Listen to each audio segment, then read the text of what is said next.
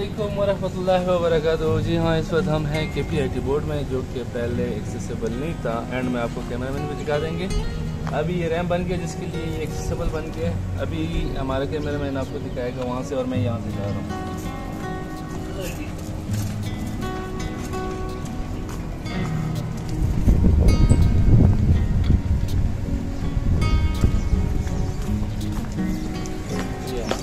ये रास्ता आम लोगों के लिए, व्हील चेयर यूजर्स के लिए वो रास्ता।